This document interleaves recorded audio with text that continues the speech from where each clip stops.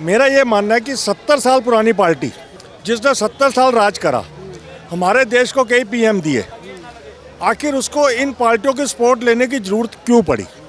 पहला क्वेश्चन तो ये आएगा ना। इस गठबंधन में मेन पार्टी तो आप कांग्रेस ही मानेंगे, उसको इन्हीं पार्टियों का समर्थन लेने की ज़रूरत क्यों पड़ी? जब स्टेट वाइज वो लोग आपस में तालमेल नहीं बिठा पाए तो लोकसभा में वो कैसे बिठा पाएंगे? इतने दिन होने के बावजूद वो फाइनल नहीं कर पा रहे कि हमारा हेड कौन होगा, तो वो प्लानिंग कैसे करेंगे? और जबकि दूसरी तरफ अगर हम बीजेपी को ले तो वो तो इलेक्शन के मोड में है, उनकी तो तैयारी पूरी है और अभी तो ये प्लान कर रहे हैं कि हमारा हेड कौन होगा, हम किसको कौन सा डिपार्टमेंट देंगे, कैसे सीटें बांटेंगे।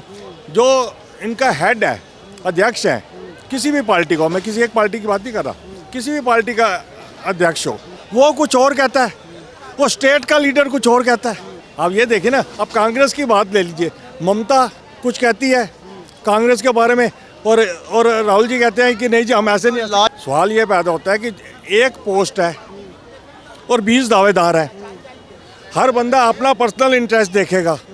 अगर उसको बेनिफिट पर्सनल इंटरेस्ट कुछ फ़ायदा हो रहा है तो वो साथ देगा, नहीं तो नहीं देगा। तो मेरा ये मानना है, अगर मोटे तौर पे जाए ये आपस में ही लड़ पड़ेंगे।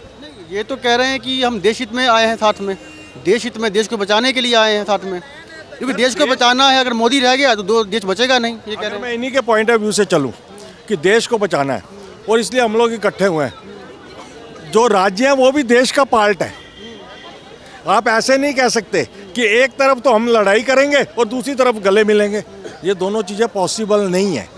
जहाँ तक केजरीवाल का आपने बात करा, केजरीवाल जी हमारे सीएम बनने से पहले उन्होंने शीला दीक्षित के बारे में क्या कहा, शीला दीक्षित मतलब कांग्रेस के बारे में क्या कहा, कितने इल्ज़ाम लगाए। आज आप उनके साथ कैसे मिल सकते हो? इट मीन्स आपका कोई पर्सनल इंटरेस्ट है। सवाल फिर वही आ जाता है कि हर चीज़ की एक वैल्यू होती है। सीएम बनने से पहले अगर आपने कुछ कहा है तो उसकी वैल्यू कुछ और है, सीएम बनने पॉलिटिक्स में मतलब पॉलिटिक्स में नैतिकता की बात नहीं है। आप कर नहीं सकते नैतिकता की बात। हमने ये बात कह दी तो वो अटल है। आपको मालूम है देश की जो पॉलिटिक्स कैसी है, आज कुछ कहा कल कुछ कहा।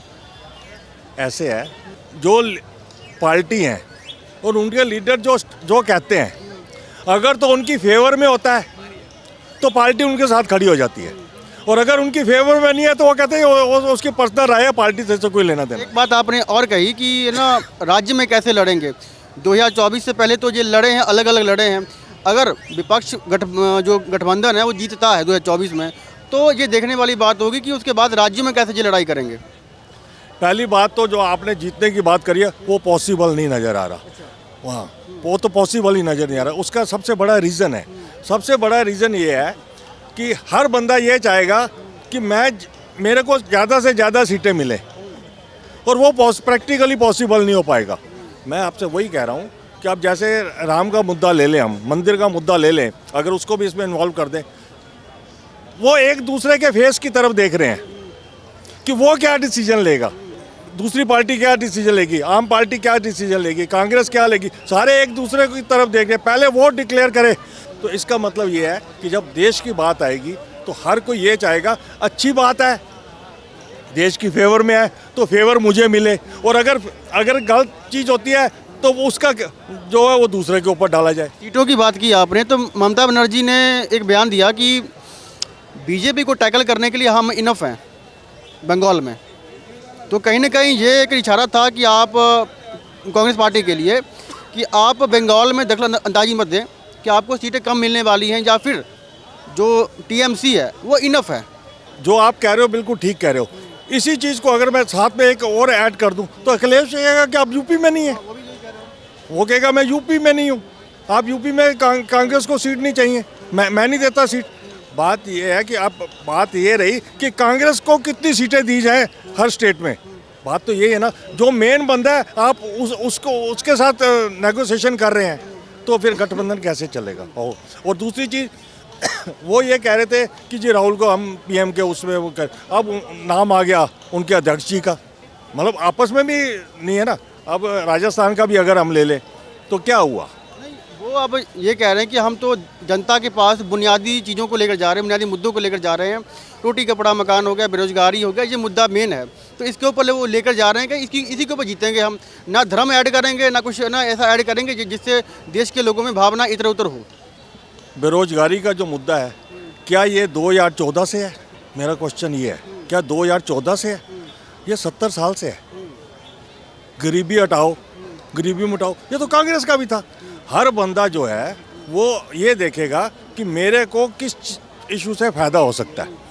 अगर आप ये देखिए कि बेरोजगारी की बात है, तो बेरोजगारी तो महंगाई, अगर महंगाई की बात करोगे तो महंगाई तो हर साल ये इशू रहा है, हर इलेक्शन में ये इशू रहा है। तो मेरे हिसाब से मैं ये नहीं मानता कि ये कोई नई बात है। नई बात है, क्योंकि ये चीज़ें जो है सो पीछे जो चुनाव हुए हैं, एमपी का चुनाव हुआ, राजस्थान का चुनाव हुआ, छत्तीसगढ़ देखने को मिला है, खासकर एमपी में, क्योंकि वहाँ पर एंटी इनकम्बेंसी थी, उसका भी कुछ असर नहीं हुआ। बाकी जो मुद्दे थे बेरोजगारी या फिर कहीं ना कहीं पेपर लीक के मामले थे, वो भी उसका कुछ असर नहीं हुआ खास। तो अब विपक्ष के पास मुद्दे बचते कौन है आखिर? कौन से मुद्दे बचते हैं आखिर? आप एक चीज़ देखिए, आपने बेरोजगारी की बात करी, क्या आप ये मानते हैं कि नौकरी देने से ही बेरोजगारी दूर होती है? नहीं, खाली नौकरी देने से नहीं होती। जो ये बिज़नेस को स्टार्टअप कह रहे हैं, बिज़नेस बढ़ाने के लिए लोन्स दे रहे हैं, या इतनी सड़कें बन रही हैं, इतने फ्लाईओवर बन रहे हैं, क्या उसमें रोज़गार नहीं मिलता? मिलता है।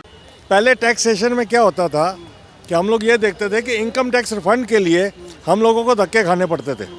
सीए लोग उसका फ़ायदा उठाते थे, या आम लोग जो डिपार्टमेंट में किसी पे इल्ज़ाम नहीं लगाता, बट हम लोगों को वो इनकम टैक्स रिफंड नहीं आते थे और उसका डबल लॉस होता था।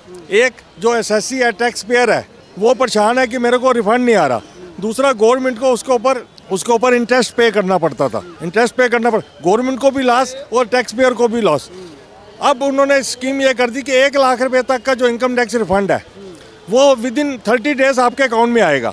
और अगर वो 30 डेज तक रिफंड नहीं आता किसी एसएससी का, तो जिसके पास फाइल है उसको जवाब देना पड़ेगा कि आपने 30 दिन के अंदर अंदर रिफंड क्यों नहीं करा। मेरा एग्जांपल देने का मतलब ये था कि अगर रूल सही बनाए जाएं और जवाबदेही तय हो।